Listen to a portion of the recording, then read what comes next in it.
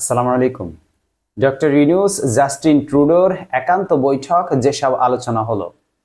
জাতিসংঘের সাধারণ অধিবেশন চলাকালে মঙ্গলবার ২৪ সেপ্টেম্বর বাংলাদেশের প্রধান উপদেষ্টা অধ্যাপক ডক্টর মোহাম্মদ ইউনূস কানাডার প্রধানমন্ত্রী জাস্টিন ট্রুডোর সঙ্গে সৌজন্য সাক্ষাৎ করেছেন। সংক্ষিপ্ত এ বৈঠকে দুই নেতা বাংলাদেশ কানাডা সম্পর্ক আরও সুদৃঢ় করার উপায়, জনসাধারণের স্বাধীনতা আরও বিস্তৃত করা, প্রাতিষ্ঠানিক সংস্কার এবং বাংলাদেশের যুব সমাজকে সহায়তা করার বিষয়ে আলোচনা করেন।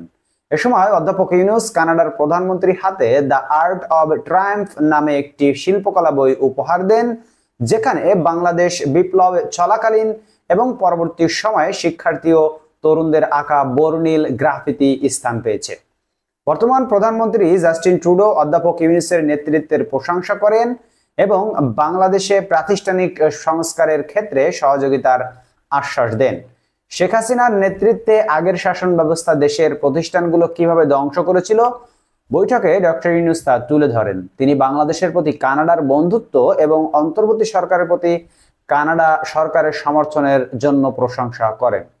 তিনি বাংলাদেশের শিক্ষার্থীদের জন্য আরো ভিসা প্রদানের জন্য কানাডার প্রধানমন্ত্রীকে অনুরোধ করেন।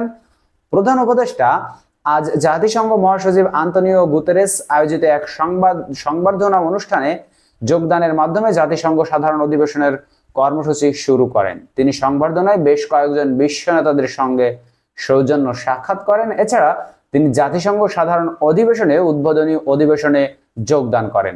পরবর্তীতে তিনি মার্কিন প্রেসিডেন্ট জো বাইডেনের সাথে একান্ত বৈঠকে মিলিত হন।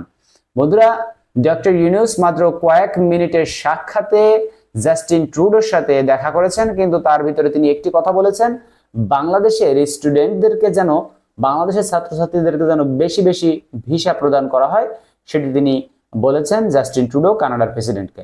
ধন্যবাদ সবাইকে ভিডিওটি দেখার জন্য। দেখা হবে পরবর্তী ভিডিওতে অন্য কোনো খবর নিয়ে। সেই পর্যন্ত আপনারা সবাই আল্লাহর রহমতে ভালো থাকবেন ইনশাআল্লাহ। এখন বিদায় নিচ্ছি। আল্লাহ হাফেজ।